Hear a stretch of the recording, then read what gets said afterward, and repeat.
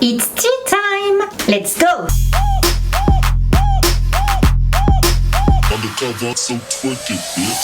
Bonjour, bonsoir tout le monde, je vous retrouve aujourd'hui pour une nouvelle vidéo que vous m'avez réclamée depuis un certain moment. Nous allons parler aujourd'hui de Bella Thorne. Mais avant de démarrer, petite parenthèse pour notre collaborateur du jour, il s'agit de la marque Who We Are. Ça n'est pas la première fois que je vous en parle, c'est une marque de bijoux que j'affectionne particulièrement. Pour l'occasion, je me suis parée de mes plus beaux atours. J'adore ce qu'ils font. Franchement, en plus, ils sont toujours hyper sympas quand j'échange avec eux. Donc, c'est toujours avec un grand plaisir que je collabore avec eux. Et aujourd'hui, je vous présente les deux articles qui m'ont envoyé cette bague. Oh, qu'est-ce qu'elle est belle! Et ce petit collier, je l'avais pris, rappelez-vous, en bracelet. C'était l'été dernier. J'adore, c'est tout fin, c'est trop mignon. Du coup j'ai ressorti tous les autres avec, là j'ai mis la totale. Et pourquoi je les adore? Parce que c'est une petite marque française. Tout est fabriqué en France ainsi qu'en Espagne. Les matériaux, ils sont durables, c'est du plaqué or 18 carats et également de l'argent 925. Tout est garanti 1 an. En plus c'est une team exclusivement féminine qui travaille pour cette marque. Il y a même leurs chiens qui sont présentés sur le site, qui font partie de la team. C'est juste trop mignon. Donc au-delà d'avoir des bijoux de qualité, la team est trop sympa. Donc moi c'est tous les critères que je recherche. C'est pour toutes ces qualités que j'avais déjà craqué sur ces bijoux dès la première fois que je les avais vus. Donc je ne peux qu'à chaque fois vous les recommander et à chaque fois être enthousiaste de vous faire découvrir ou redécouvrir cette marque. Et si vous voulez vous faire plaisir ou faire plaisir à un ami ou une amie, car oui il y a aussi une catégorie unisexe, je vous mets juste ici mon petit code promo pour la réduction. Profitez-en, je vous mets de toute manière toutes les infos en barre d'infos, donc voilà, n'hésitez pas à dérouler. Et sur ce, nous allons rentrer dans le vif de la vidéo. Alors, Bella Thorne, son vrai nom, déjà pour commencer, c'est Annabella Avery Thorne, et c'est donc une actrice, chanteuse, mais aussi productrice américaine qui est née le 8 octobre 1997 en Floride. Elle a une demi-sœur, Kaylee, également une sœur Dani et un frère Rémi qui sont également acteurs et mannequins. Bella a commencé en tant que mannequin enfant et ce, dès la sortie du ventre de sa mère. Elle avait à peine 6 mois quand on l'a vue dans un magazine. Elle a fait un nombre incalculable de publicités, donc aussi bien des campagnes photos que des campagnes télévisées, donc pour plein de marques pour enfants, quoi, genre Barbie, Aldo Kids, mais même pour la marque Gillo de Jennifer Lopez, Tommy Hilfiger, Guess, Ralph Lauren et j'en passe. Et rapidement, la petite famille va déménager en Californie et c'est là, pour la première fois en 2003, elle n'a que 6 ans, qu'on va la voir dans un film qui s'appelle 2 en 1,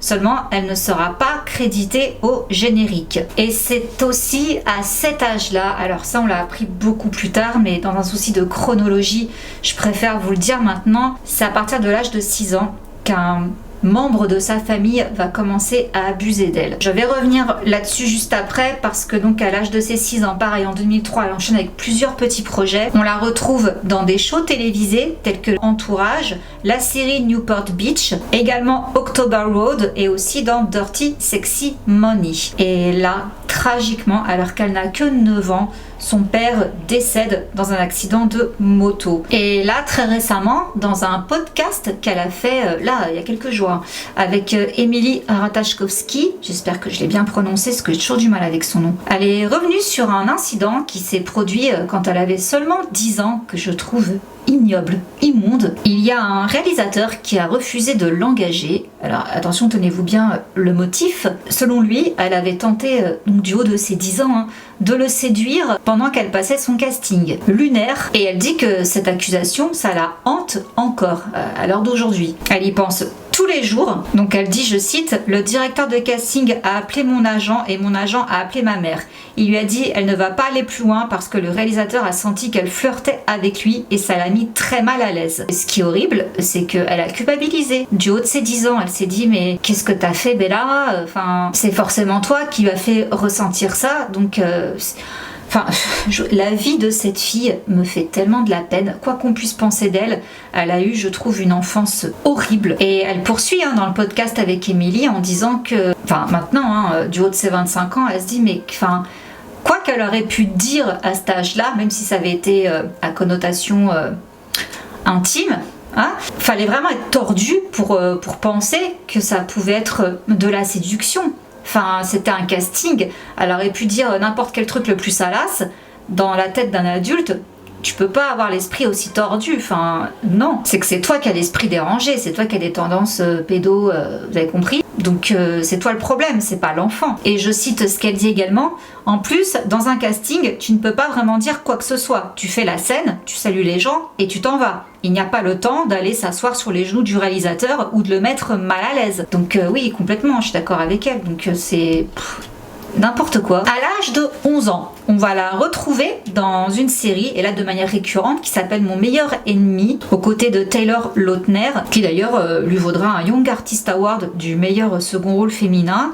Après, on va la retrouver dans la série qui est un dérivé de la série Monk, c'est Little Monk, donc c'est Monk enfant. Et en 2009, on la retrouve dans un film d'horreur qui s'appelle Forget Me Not, avant de rejoindre la série Big Love. On la voit également dans Les Sorciers de Waverly Place, et là ça va être le tournant de sa carrière. Elle va auditionner pour la série Shake It Up, alors qu'elle n'y connaît absolument rien du tout en danse, mais suite à la signature de son contrat en octobre 2009, elle commencera à prendre des cours de danse histoire de suivre le niveau, quoi. Donc Shake It Up, c'est quoi? C'est une série Disney Channel qui a été diffusée entre 2010 et 2013. Donc elle était en vedette avec Zendaya. Petit clin d'œil, son personnage souffrait de dyslexie et en fait ils se sont inspirés de Bella Thorne elle-même, parce que justement à l'âge de ses 7 ans, on lui avait diagnostiqué une dyslexie mais également une hyperactivité, ce qui lui a d'ailleurs valu d'être harcelée, moquée par ses camarades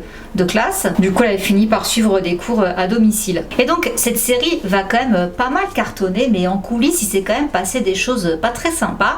Donc là Bella et Zendaya ont 14 ans. Au début elles étaient pas ce qu'on peut dire franchement copines. Et ça Bella en a parlé des années plus tard en disant qu'en fait ça venait pas d'elle. C'est la production en fait qui les montait l'une contre l'autre. Elle dit, je cite, durant la première saison, nous n'étions pas amis. Il a fallu les 2 autres saisons pour que l'on se rapproche. C'était difficile car soudainement tout le monde nous a dressés l'une contre l'autre. Ça nous a monté la tête. C'est pour cela que l'on n'était pas amis lors de la saison 1. Je me suis demandé, est-ce qu'ils nous dressent l'une contre l'autre parce que nous sommes des femmes? On a fini par vraiment jouer carte sur table avec Zendaya et on s'est comprises. Donc je trouve ça complètement stupide. Je vois pas l'intérêt en fait de la part de la production d'avoir voulu monter les 2 filles contre elles alors qu'elles sont co-stars. Enfin, je comprends pas. Là pour le coup ça m'échappe. Donc preuve quand même d'un milieu un peu malsain derrière, comme toujours. Donc aujourd'hui tout va très bien, elle s'apprécie énormément. Par exemple Bella dit de Zendaya, elle a toujours été géniale et elle le sera toujours. Je suis tellement heureuse que les gens s'en rendent compte. Elle a enfin la reconnaissance qu'elle mérite, ça me rend tellement heureuse. Lors de la série, elle trouve qu'elles ont été quand même assez sexualisée, et là elle donne un exemple qui s'est passé quand elle avait 14 ans où elle a failli se faire virer de chez Disney à cause d'un bikini. Alors en fait il y a une photo d'elle qui a été prise où elle était sur la plage, sachant qu'en plus elle vient de Floride. C'est pas la même mentalité apparemment d'après ce qu'elle explique qu'en Californie. Là-bas en Floride, il y a plein de gamins qui portent des 2 pièces sur la plage. Personne ne voit ça de manière un peu bizarre, enfin c'est normal. Bon, en tous les cas là elle avait été photographiée en 2 pièces et en fait c'était sa styliste, elle lui avait mis une chaîne de corps comme on dit, et elle Bella elle s'est dit oh c'est joli,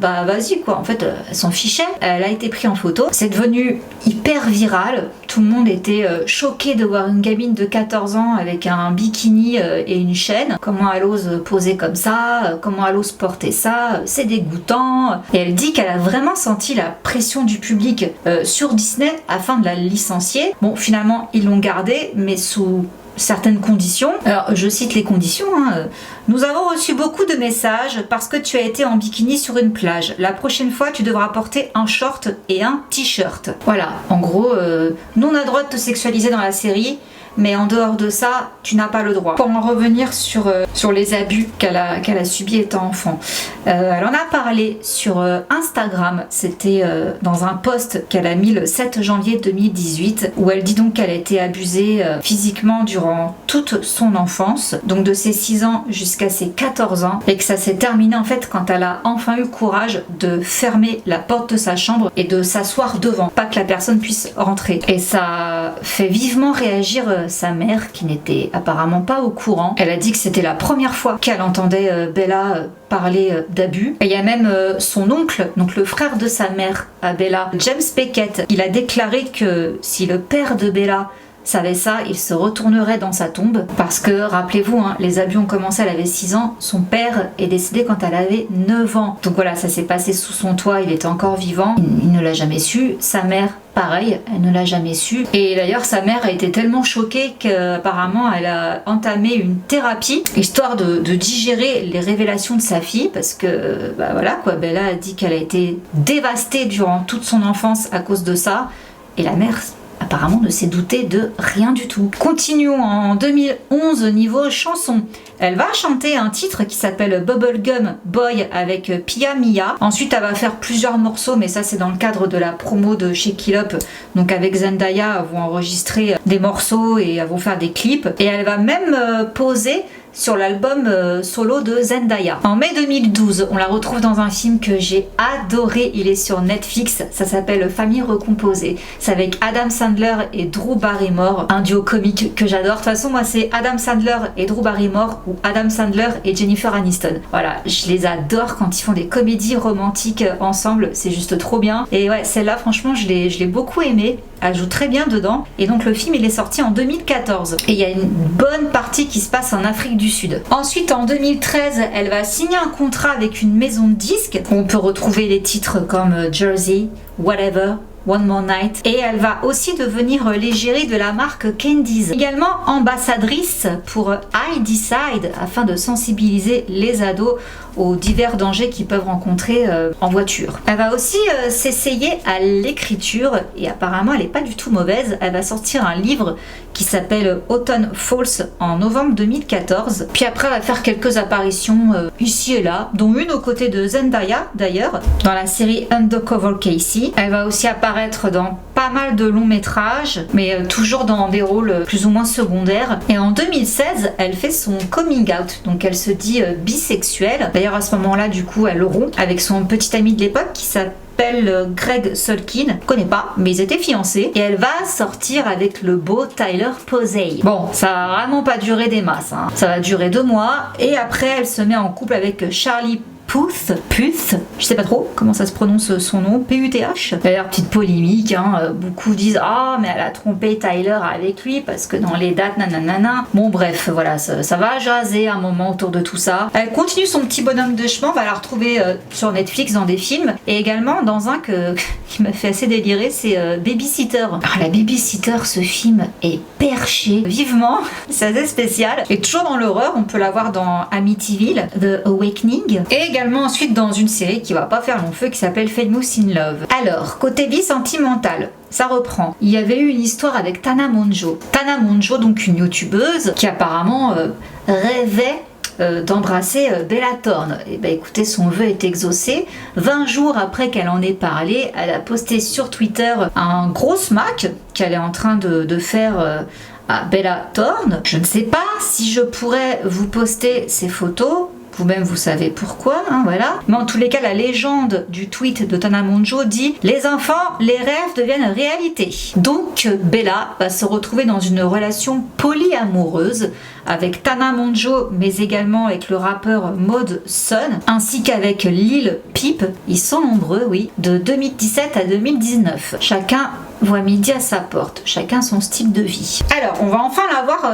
occuper un premier rôle dans un film en 2018. Ce sera pour Midnight Sun. D'ailleurs, elle va aussi chanter pour la bande originale du film. Et elle a aussi réalisé plusieurs clips avec sa sœur, Dani. Et elle a enchaîné encore d'autres longs métrages tels que Assassination Nation, également I Still See You. Et là, changement total de registre, nous sommes en 2019. Elle nous dévoile avoir réalisé son premier court-métrage qui s'appelle Her and Him, donc elle et lui, disponible sur Pornhub. Alors c'est une histoire apparemment inspirée de Roméo et Juliette. Bon, naturellement, hein, ça a défrayé la chronique. Hein. Je ne l'ai pas vu, donc je peux pas vous dire exactement ce qu'il en est. Et à ce moment-là, d'ailleurs, elle va avoir des petits soucis, Bella, à propos d'un hacker. Mais en fait, il lui a volé des photos nues d'elle et il va lui faire du chantage, quoi, à base de voilà, tu me payes, sinon je les dévoile, tout ça, tout ça. Sauf qu'elle va prendre les devants parce que non, en fait, elle refuse de céder au chantage et pour le coup, je trouve qu'elle a quand même eu bien raison. Donc, elle va les poster elle-même, elle va lui couper l'herbe sous le pied. Donc là, autant vous dire que Twitter s'est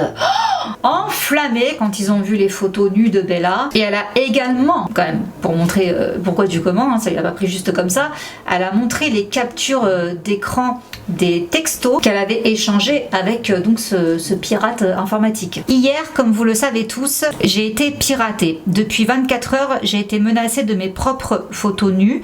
Je me sens dégoûtante, je me sens regardée. J'ai le sentiment que quelqu'un m'a pris quelque chose que je ne voulais seulement qu'une seule personne spéciale puisse voir. Pendant trop longtemps, j'ai laissé un homme profiter encore et encore et j'en ai marre. Je mets ça parce que c'est ma décision. Dès maintenant, vous ne prendrez plus quoi que ce soit de moi. Je peux mieux dormir ce soir en sachant que j'ai repris mon pouvoir. Tu ne peux pas contrôler ma vie, tu ne le feras jamais. Les dernières 24 heures, j'ai pleuré au lieu de célébrer mon livre en faisant ma presse. Et oui, le FBI sera bientôt chez toi, alors surveille tes arrières. Je vais écrire à ce sujet dans mon prochain livre. Donc voilà, assez réapproprié. Elle a repris le pouvoir en fait sur la situation et il fallait quand même beaucoup de courage, je trouve.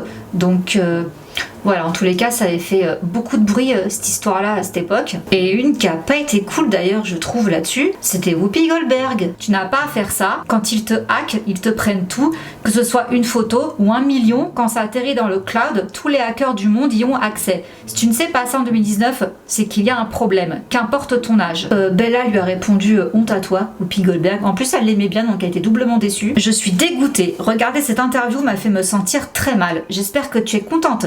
Je peux imaginer tous ces gosses qui voient leurs photos piratées et mettent fin à leur jour. Je ne veux plus aller dans l'émission The View, oui parce que c'est là qu'est Whoopi Goldberg, car je ne veux pas être maltraitée par un groupe de vieilles femmes au sujet de mon corps et de ma sexualité. Je vais annuler mon interview, je ne dirai jamais ça à ma fille, j'en ai fini. Honte à toi Whoopi, honte à toi d'avoir partagé de telles opinions devant le public.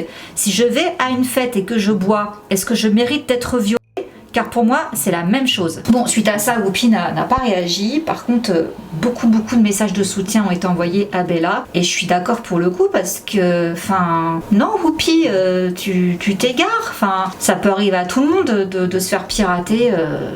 Qu'importe, non, j'ai pas trouvé ça cool. Et suite à ça, sans transition, aucun rapport, Bella va de nouveau faire une autre déclaration sur son orientation sexuelle où là elle va se définir comme finalement étant pansexuelle. Et là elle va se sortir de sa relation polyamoureuse pour se mettre en couple avec le chanteur italien Benjamin Mascolo et ce 2 jours après sa rupture avec Modson. Bon, ça va être une relation à distance parce que lui il vit en Italie, elle vit aux États-Unis et d'ailleurs à ce propos elle va se confier sur son compte Instagram. Qu'est-ce qui ne va pas chez moi? Pourquoi j'ai toujours besoin de la validation des autres, mais surtout des hommes. Tout le monde me dit de rester seule et d'être heureuse, mais toutes ces choses sont si effrayantes pour moi. Tout ce que je veux, c'est lui, qu'il m'aime, qu'il m'accepte. Pourquoi?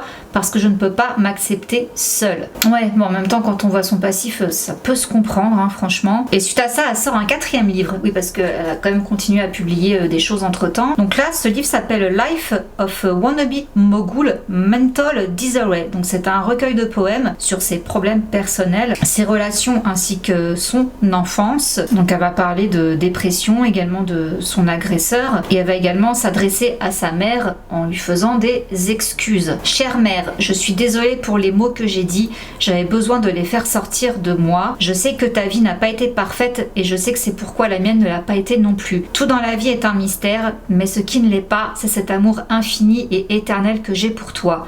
Notre relation est foutue, mais je suis contente que nous soyons ici. Je suis reconnaissante que nous ayons le temps de réparer. Je t'aime maman. Et donc concernant ses abus, on va quand même revenir là-dessus, hein. Elle dit que dans sa tête, elle n'était assez bien pour personne. Que en fait dans toutes ses relations, si c'était pas avec cette personne-là qu'elle devait être, c'était avec la prochaine. C'est pour ça qu'elle est à chaque fois de relation en relation. Le fait de ne pas réussir à se trouver réellement, de toujours chercher l'approbation des autres, ça vient du fait qu'elle a été abusée petite. Elle dit que le fait d'avoir été exposée au sexe à un si jeune âge, ça lui a donné l'impression que c'était la seule chose en fait qu'elle savait donner au monde. Et ce mal-être, elle travaille dessus chaque jour. Donc elle dit « Je ne peux blâmer mon enfance. Je ne peux blâmer personne à part moi pour ne pas m'aimer assez. J'attends que les autres m'aiment à la place, mais ça n'arrivera jamais. Le seul moyen d'y arriver est d'y travailler chaque jour. Tu dois souffrir dans ce monde, souffrir, aimer et s'accepter. Tout de suite là, j'arrive juste à souffrir. » Et elle dit aussi qu'elle pense avoir été victime du syndrome de Stockholm. Donc les victimes qui se lient avec leur ravisseur. Quand vous avez grandi avec quelqu'un et que vous ne savez pas que c'est mal,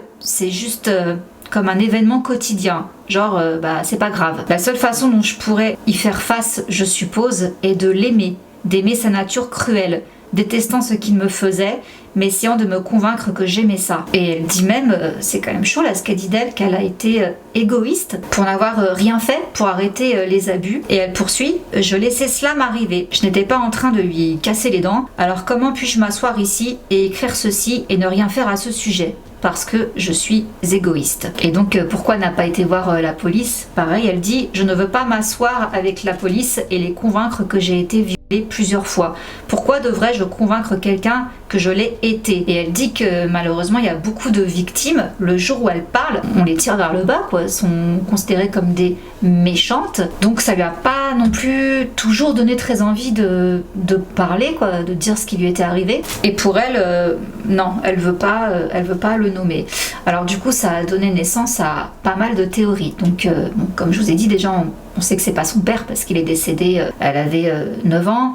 Et les abus ont duré jusqu'à ses 14 ans. Ce qui est intéressant, quand on regarde en effet ce qui s'est passé au sein de sa famille, on voit par exemple un certain Stéphane Muscus, qui avait 20 ans et qui a été, on va dire en quelque sorte, adopté par la famille de Bella. On le voit sur les photos, on voit quand même un sacré écartage avec Bella, et donc ils l'ont considéré comme un fils. Donc beaucoup spéculent que ce soit ce fameux Stéphane Muscus, mais il n'y a rien qui a été confirmé par Bella. Il y a, je pense, malheureusement aucune enquête qui a été menée. En même temps, si elle n'a pas déposé plainte, il n'y a pas lieu d'être. Donc voilà, c'est la seule piste que j'ai trouvée à ce sujet. Et l'oncle de Bella, donc le frère de sa mère, James Beckett, il dit que ce qui est bizarre quand même, c'est que Bella, elle dormait avec sa sœur, Dani. Donc Dani sait forcément quelque chose. Sa sœur n'a pas pu se faire abuser à côté d'elle sans qu'elle voie, entende, enfin non. Ensuite, Bella va continuer à faire parler d'elle, pas forcément dans le bon sens. Là, va se retrouver sur OnlyFans. Alors, c'est en août 2020 qu'elle rejoint la plateforme. Elle a fait bugger le site. Il a craché, tellement qu'il y a eu de gens qui se sont connectés pour rejoindre le compte de Bella. Elle avait posté une bande-annonce, tout ça, sur Instagram, et l'abonnement s'élevait à 20 $ par mois. Alors là, beaucoup ont fait des calculs. Ils ont estimé qu'elle pouvait engranger jusqu'à 1 million de $ par mois. Ils projetaient une plus grande fortune le jour où elle a annoncé qu'elle posterait une photo d'elle nue, moyennant 200 $. Donc, au bout de 24 heures, elle a cumulé déjà plus d'1 million de $.